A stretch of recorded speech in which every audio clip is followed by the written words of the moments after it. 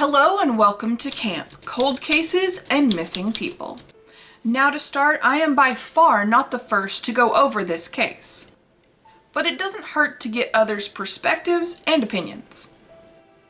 From what I understand, this case does have a $29,000 reward being offered for any leads that lead to the conviction of the person responsible for the kidnapping and murder of the victim in this case, which is Melissa Witt, aka Missy Witt.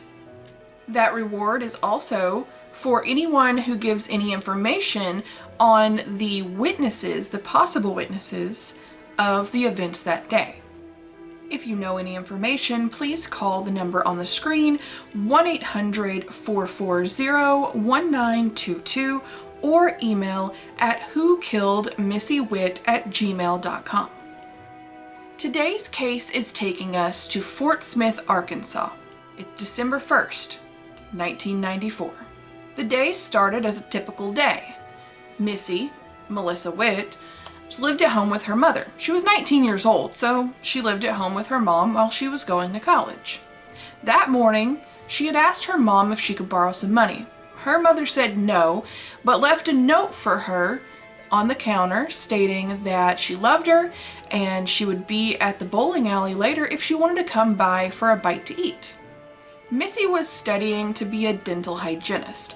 She was an honor student. She was hardworking and ambitious. Missy kept a very busy schedule, both with classes and a part-time job. She worked at a local dental clinic as a dental assistant. That day, Missy went to her scheduled classes and she went into work, and after work, sometime between 6:30 and 7 p.m., she finished up working and went to the bowling alley her mom had mentioned in her note, which was Bowling World. She parked her car, and before even making it inside, investigators believe Missy was abducted in the parking lot next to her car. There was evidence of a struggle, there was a little bit of blood that was found in the parking lot, as well as one of Missy's earrings and her keys to her car. Now, there were two possible witnesses, and I use that loosely, and you'll see why in a moment. Possible witness number one was a man described as short male with a mustache and glasses, who allegedly was wearing a blue shirt, jeans, brown boots, and a light-colored baseball cap. This possible witness was seen standing on the sidewalk outside of Bowling World smoking that day. Officials say it is likely that he heard and or saw the altercation between Missy and her abductor. Possible witness number two, and the reason I said I use it loosely, it's multiple people. It is a woman, a man, and a young child. The child was believed to be between the ages of 8 and 10. That is just an estimation, of which that child would be an adult now, so if they saw something, just saying. These people were allegedly walking into Bowling World that day. Officials described the woman as short, blonde with fluffy hair. I know about fluffy hair. She was also wearing a light-colored striped sweater. Unfortunately, the man's description was just taller than the woman, which isn't much of a description, but that's all I could gather. Now that child, if they were between the ages of 8 and 10, they were likely born somewhere between maybe 83 to 86, because it's an estimation. That means that child is an adult. If you are that child, and you just so happen to remember something happening at Bowling World on December 1st, 1994, maybe it was your birthday, who knows? Say something. Even if you just remember a little bit, say something. It could be nothing, but it could be everything. I'll move on. Approximately 6 weeks later, Missy's body was found on January 13th, 1995, roughly 45 miles away from Fort Smith, Arkansas. Her body was found by two hunters in the Ozark National Forest. This is graphic. Missy's body was found to be strangled to death. She was completely nude. All effects were missing. She had been laid in front of a headstone-like rock. And one of the effects that is missing, again everything-wise, was something that, if found today, would be substantial. She always wore a Mickey Mouse watch. Always. And whoever did this to her took it, along with everything else that was on her. Now, I'll jump into my opinion. I think whoever did this, they knew her.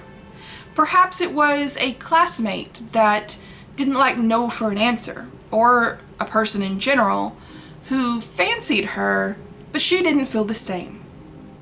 Some people have a really hard time taking no for an answer. And perhaps this is what happened to her. Perhaps she said no and someone couldn't take it for an answer.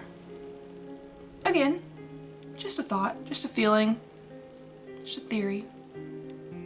I personally think that they knew her, and they probably knew that she wore that Mickey Mouse watch all the time. And I personally think that someone who would do something like that, who does not do serial type activity, would probably keep it as a souvenir. They probably still have it as a souvenir. Perhaps sitting in a curio cabinet or hanging on a wall, tucked away, kept safe. Just seems, that's the feeling I'm getting.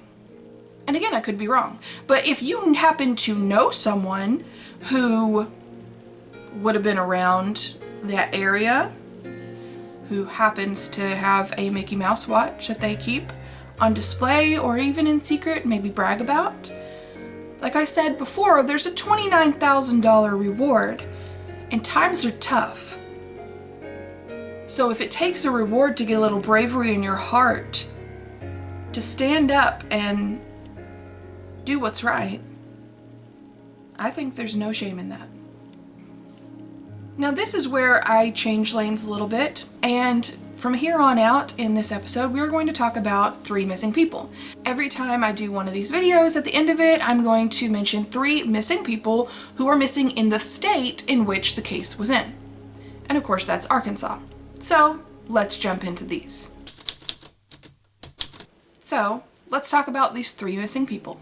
Our first missing person is Miss Tamara Bell Walker. Her last known location was Green Mountain Drive in Little Rock, Arkansas. She went missing on March 5th, 2020, getting close to her 5-year anniversary of being missing. She went missing at the age of 45. She weighed around 110 pounds and was around 5'9". She has black hair and is of African American descent. It seems that her husband was found dead. I didn't find any other information on that other than that he was found dead. If you or anyone you know knows the whereabouts of Miss Tamara Bell Walker, please reach out and contact the Little Rock Police Department. They have multiple phone numbers, but this is the one that I went ahead and grabbed. It is 501-371-4621. Help close this case if you know anything. Our next missing person is Brooke Allensworth. Her last known location was Oil Trough, Arkansas, and I had to look it up. It's a very small town. She went missing on July 12th, 2018, around 10:38 a.m. Her car showed up 3 weeks later under a rural bridge. At the time she went missing, Brooke was 37 and around 170 pounds, with brown hair and standing around 5'6". If you know the whereabouts or anything on the whereabouts of Brooke Allensworth, please contact the Independence County Sheriff's Department. Phone number provided is 870-793-8838. Help close this case if you know anything. And our last missing person is Justin McLaughlin. His last known location was Springdale, Arkansas on March 19th, 2019. At the time he went missing, he was 29 years old and weighed around 211 pounds. White with brown hair and standing around 5'8" tall. If you know anything on the whereabouts of Justin McLaughlin, please contact the Springdale Police Department at 479-751-4542. Until next time, be vigilant, be aware, and keep a lookout for each other. And remember, every piece of information, even if you don't think it's important, could be everything. Bye.